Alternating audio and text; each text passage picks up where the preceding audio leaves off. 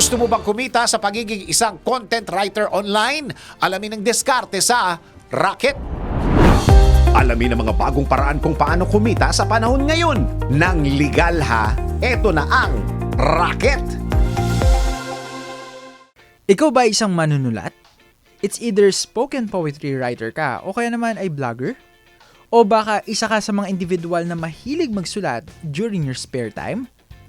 Well, Rocketero at Rocketera, let me handle this. Narito ang racket na pwede sa'yo anytime, anywhere, basta may internet connection ka, sipag at tiyaga. Pag-usapan natin ang pagiging isang content writer. Isang halimbawa dito ang pagsusulat ng article regarding top tourist spots in the country. Pero dapat base ito on your own research or experience. But at the same time, tama ang iyong grammar. In short, dapat magaling ka sa technical writing. With this, ang isa sa website na recommended mong applyan ay ang Fiverr.com.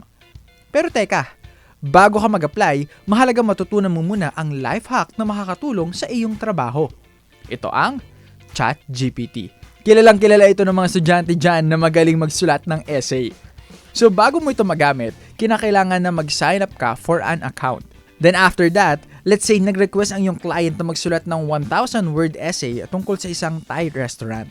Ang gagawin mo ay itatype mo ang 1,000 word essay about Thai restaurant. Then, lalabas na ang research about that and makikita mo din ang mga sources ng kanyang pinagkuhanan.